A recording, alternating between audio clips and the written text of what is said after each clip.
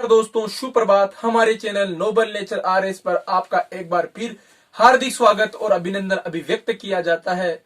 आज का motivation quote है दोस्तों, हौसलों के तर्कस में वो तीर जिंदा रखो, हार जाओ मगर जीत की उम्मीद जिंदा रखो। हार जाओ मगर जीत की उम्मीद जिंदा रखो। किसी ने सही कहा है कि हे मुसाफिर चलता रहे, वक्त भी आएगा और मंजिल भी मिलेगी। इस प्रकार आज का वीडियो स्टार्ट करता हूं और आज का वीडियो बनाया है मैंने आजकल आपको अखबारों में चर्चा का विषय बना हुआ सबसे पेचीदा टॉपिक कृषि सुधार अधिनियम 2020। कृषि सुधार अधिनियम 2020 क्या है, क्या संविधान में प्रावधान है और हमारे एग्जाम के हिसाब से किस प्रकार इंपॉर्टेंट है और समस्त किसान भाइयों को इससे क्या फायदा मिलने वाला है, क्या नुकसान है, उस सब पर चर्चा करने जा रहा हूं। एक सिविल सेवा की तैयारी करने के नाते मैं इसके इस तरीके से बताऊंगा आपको कि इसमें आपको सकारात्मक और नकारात्मक दोनों पक्षों पर चर्चा की जाएगी और अंत में आपको यह भी बताया जाएगा कि इसका क्या फायदा मिलेगा। क्योंकि हमें शैक्षिक दृष्टि से देखना है, ना हमें किसी राजनीतिक दृष्टि से देखना है, ना किसी सामाजिक दृष्टि से, ना कोई राजनीतिक हित है हमारा, ना कोई सामाजिक। हमें तो सिर्फ एक बेरोजगारी समाप्त करने के लिए शिक्षा में इसका क्या उपयोग है उसके बारे में पढ़ना है। दोस्तों, जब ये कृषि सुधार अधिनियम लोकसभा में पास किया गया तो शिवसेना ने इसका एनडीए का समर्थन किया और जब राज्यसभा में पास किया गया तो शिवसेना ने इसका विरोध किया और जब इसको लोकसभा में पास किया गया तो एनसीपी जो कि महाराष्ट्र में शरद पवार की पार्टी है उसके द्वारा इसका समर्थन ना तो लोकसभा में किया गया ना राज्यसभा में बाहर रहा। इस प्रकार ये एक पॉलिटिकल इश्यू इतना बड़ा बन गया कि इसमें जो लोग इसके बारे में पहले कानून बना चुके हैं। कल न्यूज़पेपर में दैनिक जागरण में एक न्यूज आई थी कि मध्य प्रदेश के पूर्व कांग्रेस के सीएम कमलनाथ जी ने अपने संसदीय क्षेत्र छिंदवाड़ा में आज के 10-15 साल पहले ये कॉन्ट्रैक्ट फार्मिंग का फंडा लाया था और कॉन्ट्रैक्ट फार्मिंग वहां सक्सेस हुई है।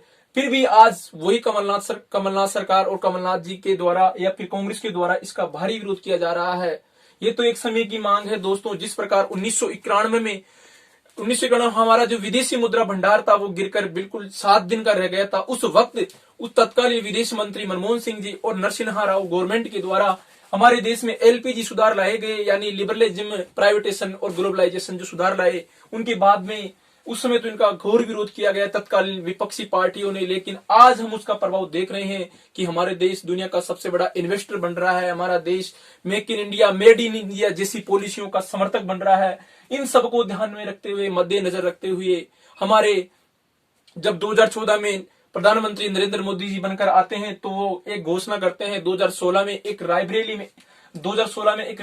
में एक मीटिंग के दौरान, रायबरेली उत्तर प्रदेश में एक मीटिंग के दौरान प्रधानमंत्री नरेंद्र मोदी ने एक घोषणा की थी कि 2022 तक हम किसानों की आय दुगनी करेंगे। 2022 तक किसानों की आय दुगनी करने का लक्ष्य लिया था और उस आय को दुगनी करने के लिए इन्होंने एक फंडा और बताया था कि हम किसानों को डेढ़ गुना एमएसपी देने का प्रावधान भी किया था। लेकिन 2016 से 18 तक इस पर कोई चर्चा नहीं हुई और 2018-19 में जब इलेक्शन हो रहे थे उससे जस्ट पहले 2018 के बजट में मिनिमम सपोर्ट 2018-19 के बजट में 19 के जो बजट था उसमें मिनिमम सपोर्ट प्राइस या एमएसपी को लागू किया गया था। इसके बाद में हमें आज ये अंदेशा नहीं है, किसानों को ये पता नहीं है कि हमारी आय किस प्रकार दुगनी होगी 2022 तक है। इन सब चीजों को लागू करने और हमारे देश के किसान जो वर्ग एक बहुत बड़ा वर्ग है, लगभग 58% लोग खेती करते हैं, उन लोगों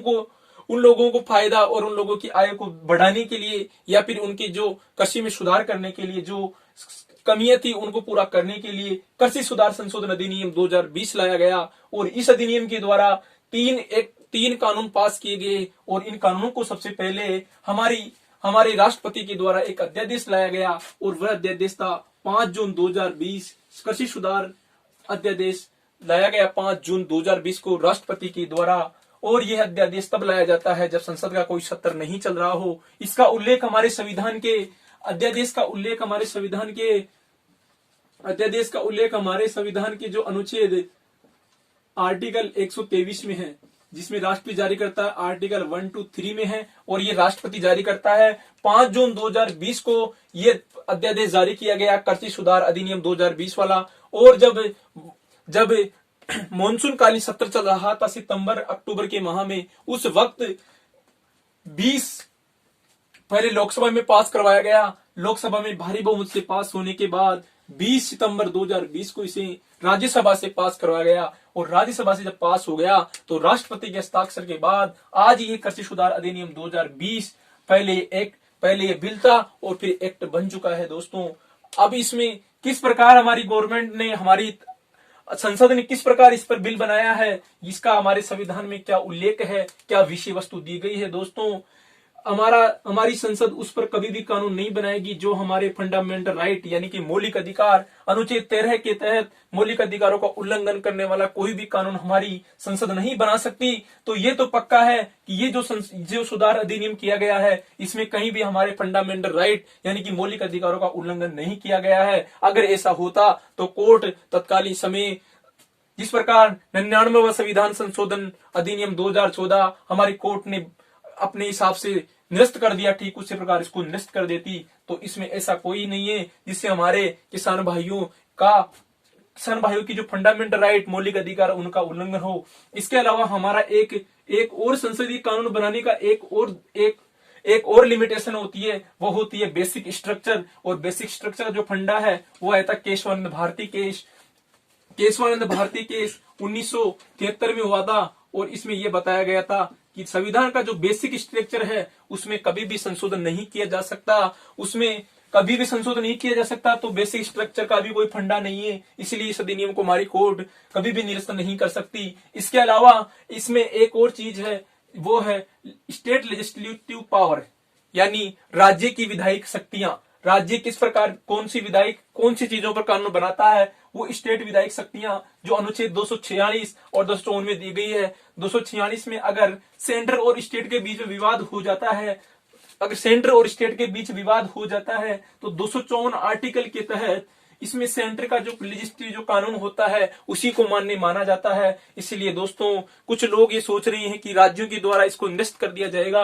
राज्यों के द्वारा निरस्त कर तो दिया जाएगा लेकिन सेंटर ऊपर है। इसके अलावा फिर अगर एक बात बताऊं तो मूल संविधान में बात यह है, लेकिन जो अमेंडमेंट 3 यानी कि संविधान पंडित जवाहरलाल नेहरू जी ने कृषि सुधार लाने के लिए 1955 में हमारे संविधान में एक संशोधन किया था और उसका नाम था अमेंडमेंट 3 यानी कि संविधान संशोधन नंबर 3। और उसमें जो पावर स्टेट को दी गई थी, मूल संविधान में एग्रीकल्चर की पावर स्टेट को दी गई थी। इसके अलावा ट्रेड एंड कॉमर्स की जो पावर है वो भी स्टेट को दी गई थी उसके हिसाब से। और इसके अलावा पीएसडी यानी प्रोडक्शन सर्विस डिस्ट्रीब्यूटर, इसके अलावा गुड और सर्विस ये पावर भी स्टेट को दी गई थी मूल संविधान में। ये पावर जो एग्रीकल्चर के ऊपर कानून बनाने की पावर थी, ये 14 नंबर की पावर है जो स्टेट को 66 पावर दी गई थी मूल संविधान में। वर्तमान में 61 पावर है स्टेट के पास में। उनमें पावर नंबर 14 एग्रीकल्चर है, power number 26 trade and commerce है और पावर नंबर 27 ये है production service distribution of goods and service. लेकिन बाद में अमेंडमेंट 3 किया गया पंडित नेहरू के द्वारा और इसमें इन सबको कॉन्करेंट लिस्ट यानी कि समवर्ती सूची में रख दिया गया दोस्तों। समवर्ती सूची में डाल दिया गया इन सबको समवर्ती सूची में वर्तमान में आपको पता हो तो 52 विषय हैं जिस पर केंद्र और राज्य दोनों कानून बना सकते हैं और केंद्र का कानून सर्वमान्य होगा अनुच्छेद 254 के तहत। तो इसमें 5 चीजें डाली गई, एक थी प्रोडक्शन, एक थी सर्विस, एक थी डिस्ट्रीब्यूटर, एक थी इंडस्ट्री और एक थी गुड्स।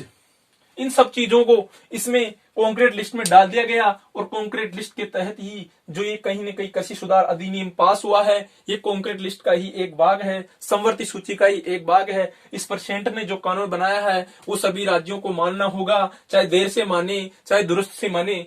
इस प्रकार ये कहा जा सकता है कि जो सेंटर ने कानून बनाया है ये कहीं न कहीं समवर्ती सूची का विषय है और समवर्ती जो सूची का विषय है वो समय की मांग के अनुसार किसानों की आय को बढ़ाने के लिए, इसके अलावा मिनिमम सपोर्ट प्राइस के बारे में कुछ प्रावधान किए गए हैं, इनके बारे में मैं आगे बताऊंगा। तो दोस्तों ये कानून है वो हमारे संविधान के हिसाब से गलत तो है नहीं, कहीं न कहीं ये हमारे संविधान को मद्देनजर रखते हुए बनाया गया है, इसलिए इस पर कोर्ट भी कुछ नहीं कर सकता।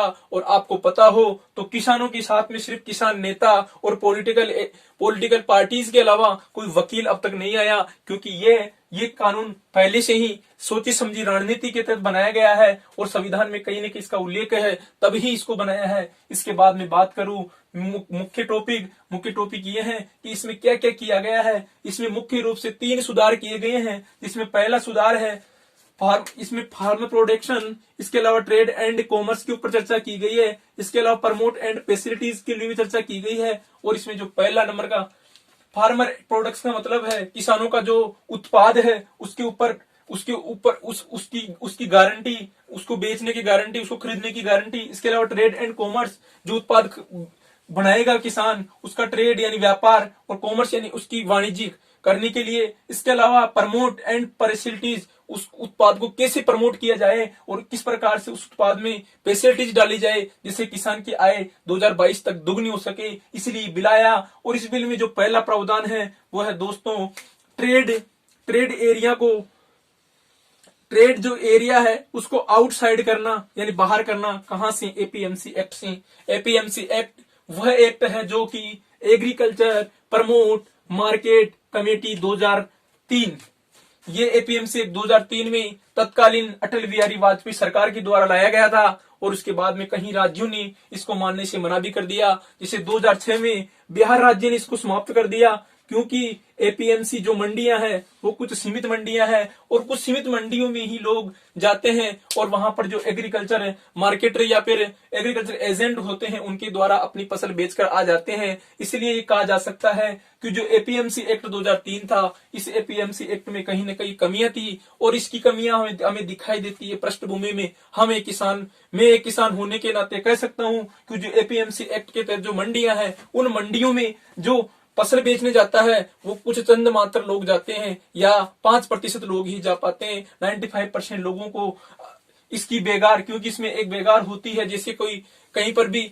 नई मंडी खुलती है तो उस मंडी तक पहुंचने के लिए किसान के पास इतना खर्चा नहीं होता और पहुंचने के बाद भी उसकी फसलों को जब वो लेकर जाता है तो वहां पर जाने के बाद ये कह दिया जाता है कि 2 दिन बाद आना। तो ऐसे जो झंझट है वो किसान से सहन नहीं होते और किसान रास्ते में ही उस फसल को बेचकर आ जाता है। इसलिए जो एपीएमसी एक्ट है ये कहीं न कहीं हमारे किसान भाइयों के लिए बहुत नुकसानदायक था। इस एपीएमसी एक्ट में जितनी मंडियां बनाई गई है लगभग 1000 मंडियां हो चुकी है। आपको पता हो तो इस वर्ष इसकी मंडियों की संख्या बढ़ाई गई थी कोरोना वायरस के कारण। 1000 मंडियां हो चुकी है पूरे देश में। लेकिन अब इस नए एक्ट में ये कहा गया है कि ऐसे क्षेत्र बनाए जाएं जहां पर एपीएमसी से बाहर फसलों की खरीद बिक्री हो सके। और वह ऐसे क्षेत्र वो होते हैं जिसमें एक तो होंगे प्राइवेट मार्केट, पीएम होंगे एक तो, और एक private market license. Private market यानी इसमें दूसरी जो विशेषता पढ़ेंगे उसमें आएगा कि इसके अलावा कहां पर एरिया विकसित किए जाएंगे। दूसरा प्रावधान है कृषि सशक्तिकरण व संरक्षण आवश्यकता और कृषि सेवा करार अधिनियम 2020, जिसे कॉन्ट्रैक्ट फार्मिंग कहा जाता है शॉर्ट भाषा में। दोस्तों इसमें एपीएमसी एक्ट जो गवर्नमेंट के थ्रू आप बेचते हो जाकर के, जो आप अपनी भाषा में कांटा लगना बोलते हो, उस कांटे पर आप कुछ चंद मात्र किसान पहुंच पाते हैं और कुछ लोगों को ही फायदा मिलता है। क्योंकि इसमें बहुत बड़ी विडंबना ये है कि समय पर पैसा नहीं आता और किसान की जैसे फसल बिकती है तो उसको पैसे की सख्त जरूरत होती है। इसलिए एपीएमसी एक्ट कहीं न कहीं हमारे देश में सुधार लाने में असफल रहा और इस एपीएमसी एक्ट को समाप्त करने के लिए हमें कॉन्ट्रैक्ट फार्मिंग की जरूरत पड़ी। यानी कि हमें कॉन्ट्रैक्ट फार्मिंग की सख्त जरूरत है और उस कॉन्ट्रैक्ट फार्मिंग को बढ़ावा देने के लिए ये एक्ट लाया गया है। कॉन्ट्रैक्ट फार्मिंग का मतलब होता है दोस्तों, जैसे कि महाराष्ट्र में ये चीज 2 साल पहले ही वहां के कम से कम 5 साल पहले ही लागू कर दी गई है, जिसमें वहां पर एपीएमसी के साथ साथ कुछ प्राइवेट कंपनियों को और प्राइवेट लाइसेंस प्रमोटर्स को वहां पर फसलों की खरीद और बिक्री के लिए लाइसेंस दिए जाते हैं, जिसके द्वारा वहां पर जो महाराष्ट्र में भयंकर मराठवाड़ा जो क्षेत्र है भयंकर अकाल की स्थिति होती है, वहां पर किसानों की जो स्थितियां सुधारने में काम हो रहा है। इसके अलावा स्वयं जब नरेंद्र मोदी जी सीएम थे गुजरात में, तो वहां पर भी एपीएमसी एक्ट के अलावा प्राइवेट जो सेक्टर है, प्राइवेट जो कंपनियां हैं, उसको फसलों की खरीद बिक्री करने के लिए उनको प्रमोट किया गया।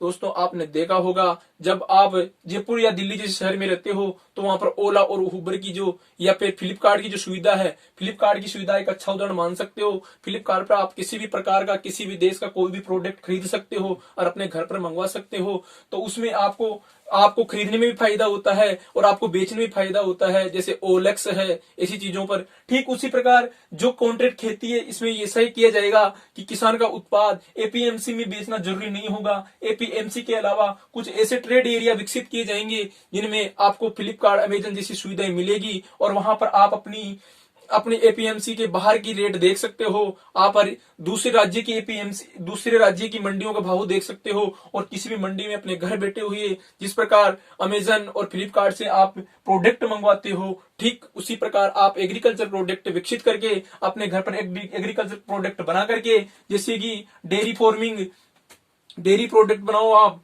डेयरी का प्रोडक्ट बनाओ, चाहे फिर आप दूध के प्रोडक्ट बनवाओ या फिर मछली, मांस, अंडा कुछ भी बनाओ, इन सब प्रोडक्ट को अपने घर पर बना करके ओला और अमेजन जैसी कंपनियां आपके सामने आएगी और उन कंपनियों में आप, अमेजन जैसी कंपनियों में आप अपने प्रोडक्ट घर बैठे बेच सकते हो या घर बैठे कोई प्रोडक्ट मंगवा सकते हो। ये है कॉन्ट्रैक्ट फार्मिंग। कॉन्ट्रैक्ट फार्मिंग विश्व के अधिकांश विकसित देशों में लागू है दोस्तों। ऐसा तो कह सकते हैं हम कि कॉन्ट्रैक्ट जो फार्मिंग है, कॉन्ट्रैक्ट फार्मिंग कहीं ना कहीं प्राइवेट हो जाएगा एग्रीकल्चर का और किसानों को अपनी जमीन बेची भी जा सकती है, लेकिन ऐसा नहीं है दोस्तों। जो कॉन्ट्रैक्ट फार्मिंग करने वाली जो कोई भी कंपनी होगी, जैसे आपने रिलायंस फ्रेश का नाम सुना होगा, जयपुर जैसे शहर में रिलायंस फ्रेश होता है, उस रिलायंस फ्रेश के अंदर ये होता है कि वहां पर किसी भी किसान को ये बोल दिया जाता है कि आपको 1 टन आलू पैदा करके और हमें देना है।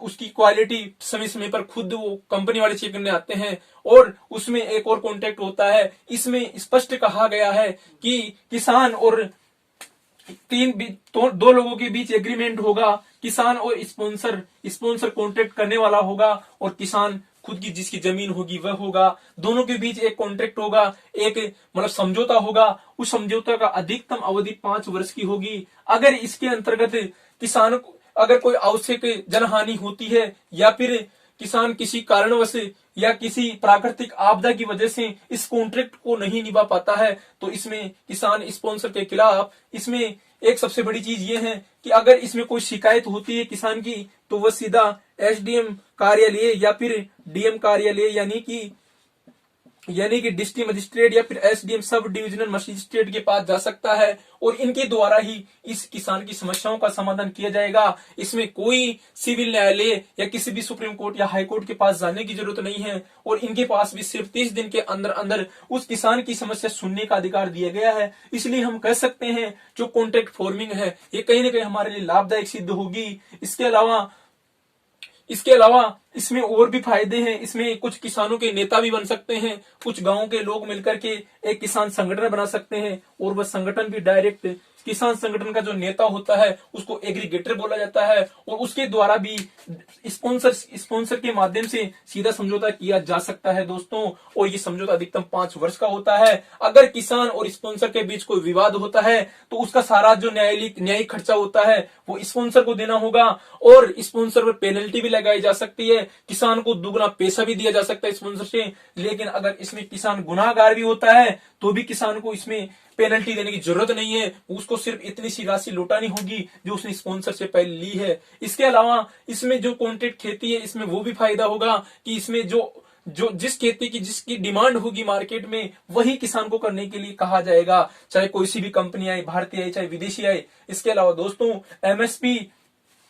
एमएसपी का है, ये एमएसपी मिनिमम सपोर्ट प्राइस जिसका निर्धारण करती है CAPC, commission on agriculture price and cost, on price and cost. ये कमेटी है एक जो एमएसपी का निर्धारण करती है और ये एमएसपी का सिर्फ कुछ फसलों का ही निर्धारण करती है जिसमें अनाज, दाल, तिलहन और वाणिज्यिक फसलें होती है, उनका ही निर्धारण करती है एमएसपी सीएपीसी। और इसकी निगरानी करने के लिए cabinet committee on economics affair बनाई जाती है। Cabinet committee on economics affair बनाई जाती है। इसमें सिर्फ 22+1 फसल को ही इसमें शामिल किया गया है। ये सभी फसलों के लिए एमएसपी नहीं है दोस्तों। और एमएसपी का कोई लिखित प्रावधान नहीं है। एमएसपी हमारे स्वामीनाथन कमेटी से पहले एक लक्ष्मी झा कमेटी बनी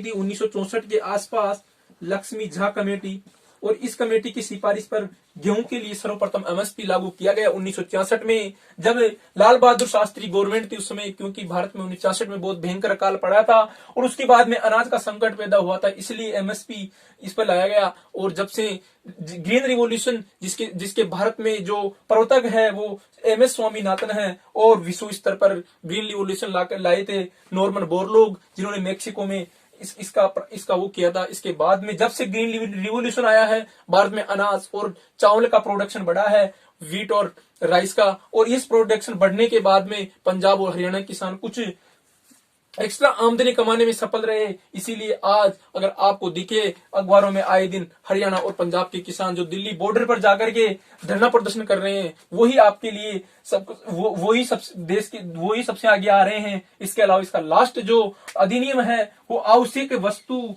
संशोधन अधिनियम 2020 है। इसमें यह कहा गया है कि जो खाद्यान्न फसलें हैं जिसको सिर्फ गवर्नमेंट खरीद सकती थी, गवर्नमेंट का एक विभाग गेहूं और चावल खरीदता हो, एफसीआई विभाग, फूड कॉर्पोरेशन ऑफ इंडिया के द्वारा खरीदा जाता था। अब ये कहा गया है इस अधिनियम में कि आप खाद्यान्न को प्राइवेट सेक्टर में बेच सकते हो या कोई प्राइवेट कंपनी इसका संग्रहण करके इसको कहीं भी बेच सकती। इससे पहले सिर्फ खाद्यान्न को एफसीआई अपने पास खरीद कर रखता था, क्योंकि अब सिर्फ विशेष आपातकालीन स्थितियों में ही खाद्यान्न को गवर्नमेंट को बेचना या एपीएमसी को बेचना अनिवार्य है, इसका भंडारण किया जा सकता है। ये सबसे बड़ा प्रावधान है। आवश्यकता वस्तु संशोधन अधिनियम से खाद्यान्न को बाहर कर दिया गया है दोस्तों, क्योंकि हमारे देश में अब अंत में मैं यही कहना चाहूंगा दोस्तों, जो ये नया बिल आया है इसमें बहुत सारी कमियां हैं, जैसे कि इसमें एमएसपी को लिखित रूप में नहीं दिया गया है, लेकिन ऐसा गवर्नमेंट कर भी नहीं सकती, एमएसपी को लिखित रूप में नहीं दे सकती क्योंकि अब तक नहीं दिया गया किसी भी देश में।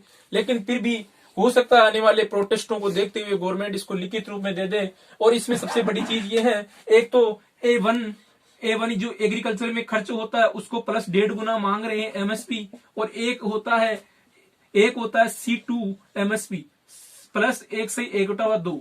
जो स्वामीनाथन के द्वारा एमएसपी की बात की गई थी वो एमएसपी C2 + 1/2 1.5 गुना कहा गया था, जो कि कृषि लागत के साथ साथ भूमि का जो लागत होता है उन दोनों को जोड़ा जाता है। इसमें सिर्फ एग्रीकल्चर लागत जोड़ी जाती है, यानी इसमें सिर्फ कृषि में जो हमारी खेती में जो खर्च हुआ वो जोड़ा जाता है। इसमें खेती से लेकर के जो इसमें एक्स्ट्रा भी पैसे जुड़ते हैं, ये गवर्नमेंट नहीं दे पा रही। और आपको पता होगा एमएसपी का उद्घाटन अरुण जेटली जी के द्वारा 2018 के बजट में किया गया था। इस प्रकार अंत में यही कहना चाहूंगा दोस्तों, इस प्रकार के प्रोटेस्ट होने अनिवार्य हैं और इन प्रोटेस्टों के बाद इनमें सुधार होंगे, और सुधार होने के बाद हमारे देश में एक नई रिवॉल्यूशन स्टार्ट होगी, और उस रिवॉल्यूशन के द्वारा हमारा देश विकसित होगा, हमारे देश के किसानों को भी फायदा मिलेगा। और हो सकता है 2022 तक जो मोदी जी ने 2016 में घोषणा की थी, उस घोषणा के तहत 2022 तक किसानों की आय दोगुनी तो खैर नहीं हो, लेकिन 1.5 गुना हो जाए, वही खूब है हमारे किसान अन्नदाताओं के लिए। और इस प्रकार अंत में यही कहना चाहूंगा कि जिस देश में हम निवास करते हैं उस देश किसानों का देश है और किसानों का संरक्षण होना चाहिए। हम सब किसान भाई हैं। जय हिंद, जय भारत।